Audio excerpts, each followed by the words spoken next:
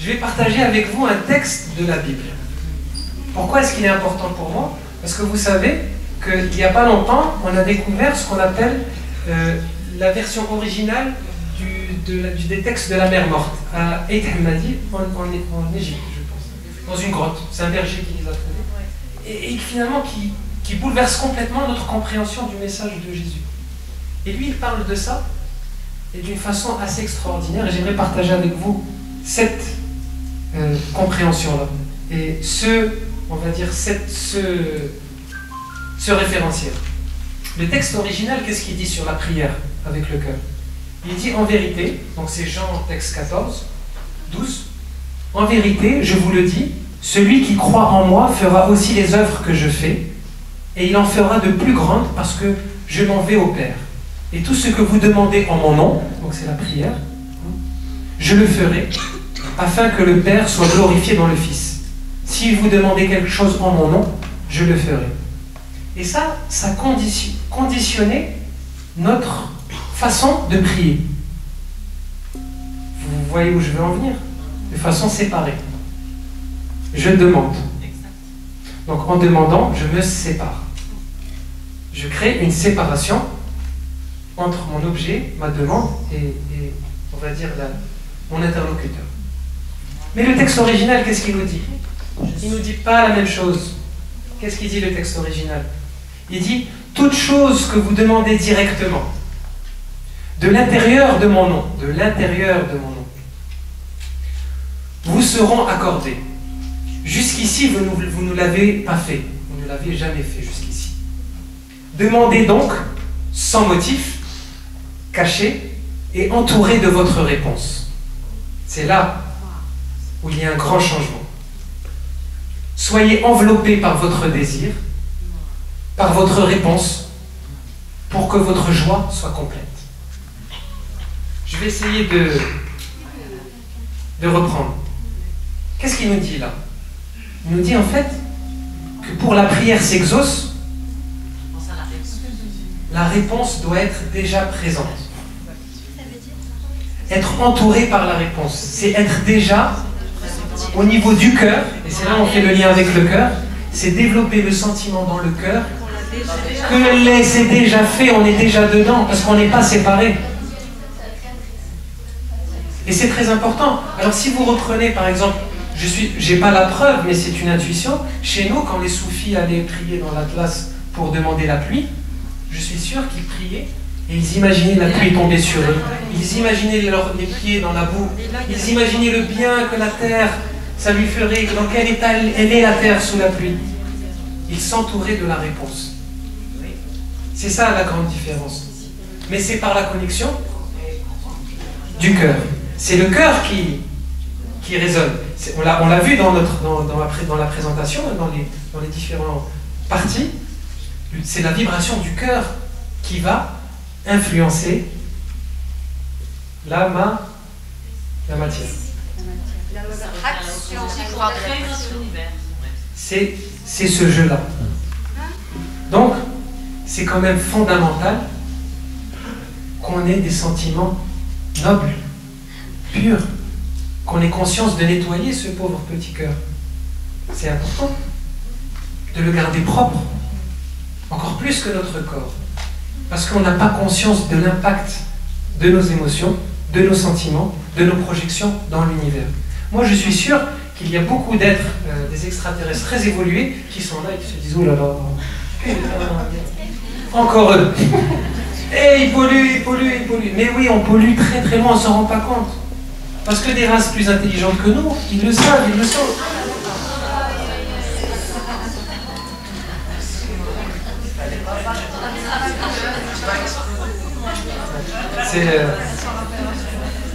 Donc, ils le sentent. On a prouvé qu'on avait, imaginez-vous, on a un impact jusqu'à l'autre bout de l'univers. Donc si je génère une émotion négative, si je suis pris dans un mal-être, mais c'est pas que moi que je pollue, c'est l'univers que je pollue. Est-ce que j'en suis conscient? J'en suis responsable. Alors c'était un des mots qu'on y avait dans les 95 noms, c'était la responsabilité. On a une responsabilité. On doit en prendre conscience. Amen, bien sûr. Donc c'est en revenant à notre cœur, en acceptant de rentrer dans cette paix, petit à petit, d'en avoir conscience. C'est quoi le premier pas? C'est la conscience, c'est ça qui est important. Le reste, ça se fait tout seul. Ça se fait tout seul. Si vous décidez d'en avoir conscience, tout le reste se fait tout seul. Il faut noter, tous les jours, un peu, essayer de se purifier.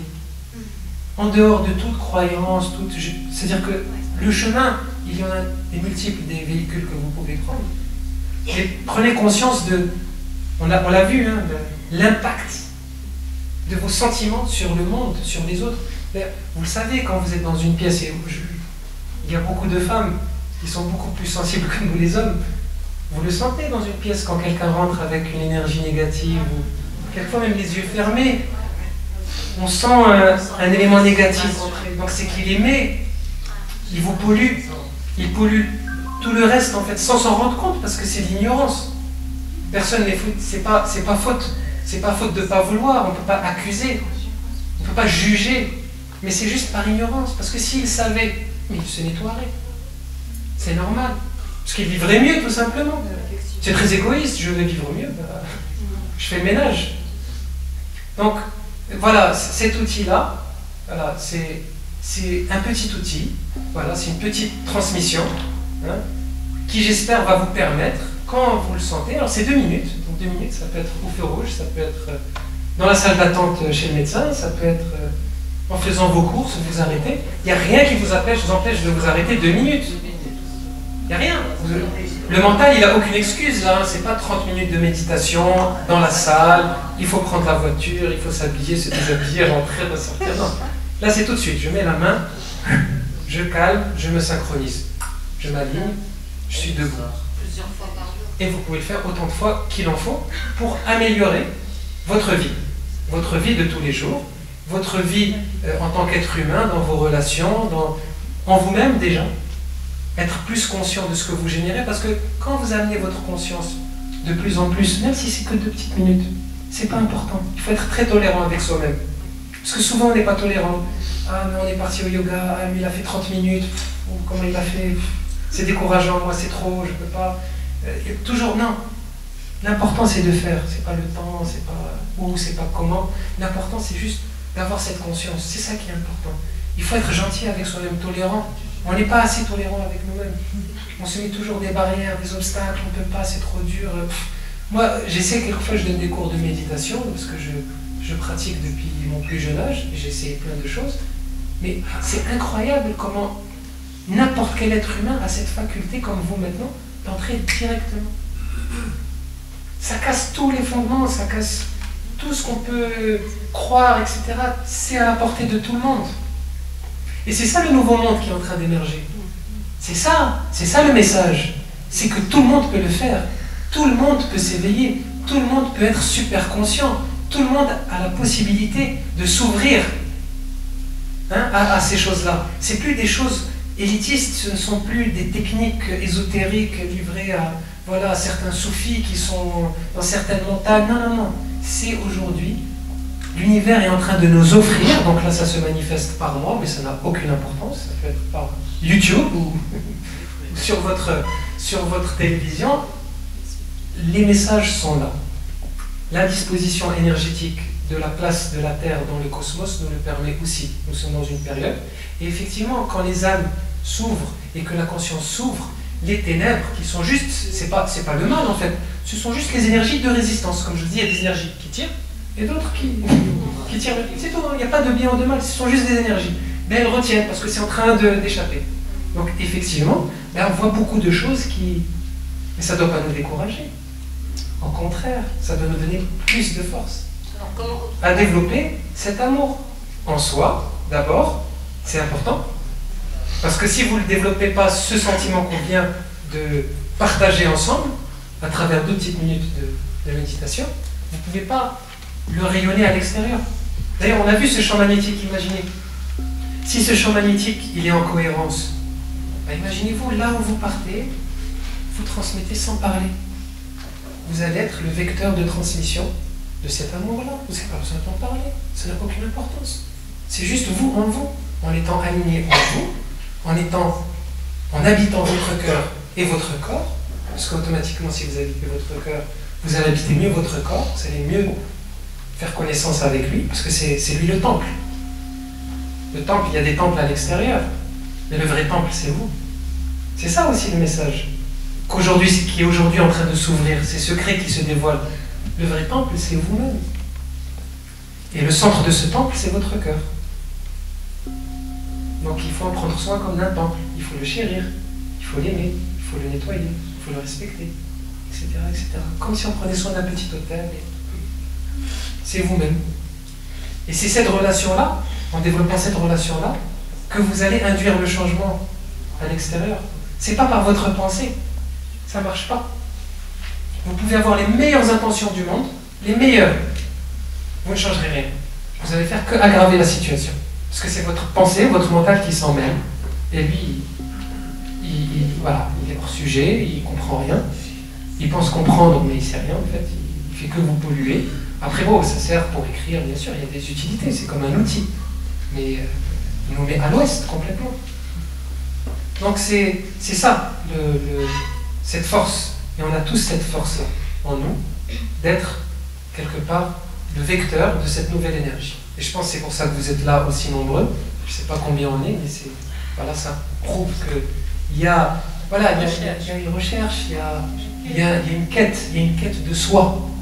On ne va pas parler d'autre chose. Je ne sais pas si vous avez le texte qu'a lu Jihan, on parle que de cheminement vers soi. Je trouve ça très... Voilà, on va sortir de tous les... C'est ça qu'on cherche tous, c'est de cheminer vers soi-même.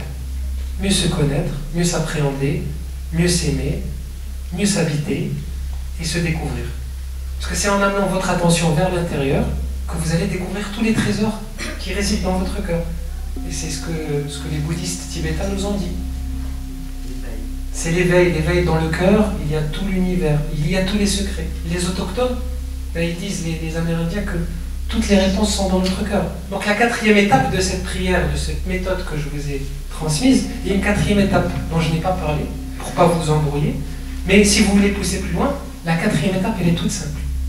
Une fois que vous êtes rentré en cohérence, et que vous sentez, vous l'avez senti, peu importe, chacun c'est très personnel, est-ce que c'est une détente profonde, est-ce que c'est un sentiment de paix, comme Madame l'a décrit, d'harmonie, d'amour, quand vous rentrez dans cette cohérence, vous pouvez poser une question. Mais une question profonde, comme nous l'a dit l'Évangile. Une question un peu détachée d'un résultat. C'est une question profonde, un questionnement profond, qui n'est pas assujetti à un fruit futur ou quelque chose de personnel. C'est une question profonde de votre être. Si vous la posez, vous allez voir que vous pouvez avoir la réponse. Et ça aussi, c'est un raccourci énorme. On passe notre vie à chercher dans les livres. On passe notre vie à chercher à l'extérieur. On passe notre vie à voyager, alors que tout est là. C'est simple. C'est simple. Mais c'est quelque chose que intuitivement les anciens savaient, mais dont aujourd'hui nous avons plus conscience encore. Parce que nous vivons dans une dualité beaucoup plus extrême, dans une séparation beaucoup plus violente. Donc on va développer encore plus de conscience de cela, qui était quelque part pour eux naturel. Parce qu'ils vivaient dans la nature, dans des villages plus simples, dans des relations plus simples, dans une stimulation mentale beaucoup plus presque inexistante comparée à nous aujourd'hui. Combien de stimulations qu'on a. Donc c'est ça notre force. C'est d'avoir cette conscience-là aujourd'hui. Donc voilà, et juste pour vous illustrer ça, c'est un conte soufi d'un maître qui s'appelait Shir Ahmed. C'était en Afghanistan, 12e ou 13e siècle. Et il raconte cette histoire d'un homme, voilà, il a la vingtaine, et il veut changer le monde. On a tous eu ça à 20 ans, on veut tous changer le monde. Parce que le monde n'est pas comme on le perçoit à l'intérieur. Et c'est normal. Et on se bat. Donc lui, qu'est-ce qu'il fait? Il se bat, il fait tout ce qu'il peut. Il arrive à la 35-40 ans, et il tombe. Il tombe littéralement d'épuisement. Et à ce moment-là, il a une prise de conscience élevée de lui-même. Et il dit, Dieu, je crois que j'ai compris. Je ne pourrai jamais changer le monde. Mais la seule chose, peut-être que je peux changer, c'est mes proches. C'est mes proches. Oui, ça c'est la troisième. Et donc il essaye, sa femme, son père, sa mère, donc il est très proche. Et il se bat, il essaie de les changer. Et puis 30, 40 ans après, voilà, il n'a rien changé du tout. Et il tombe à Otsani, deuxième tombée. Là, il est très vieux. Et là, il dit, ah, Rabbi, je crois que j'ai compris. Je ne pourrai jamais changer le monde. Et je ne pourrai jamais changer mes proches. Peut-être que la seule chose que je peux peut-être, c'est même pas sûr, que je peux peut-être approcher, c'est de me changer moi-même. Et qu'est-ce qu'il a eu comme réponse? Il est trop tard. Ben oui. Parce qu'il y a quelque chose qui s'appelle le temps. C'est la capitale qu'on a. Eh bien oui, c'est dur, mais c'est la réalité. Oui, bien sûr, il n'existe pas dans une réalité plus, on va dire, ultime, plus large. Mais dans notre vie à nous, c'est un paramètre qui conditionne notre expérience. Donc le capital qu'on a, c'est de s'y mettre le plus rapidement possible. C'est de rentrer dans ce cheminement vers soi. On n'a pas de temps à perdre. Et on a tous les outils aujourd'hui pour. Voilà. Merci.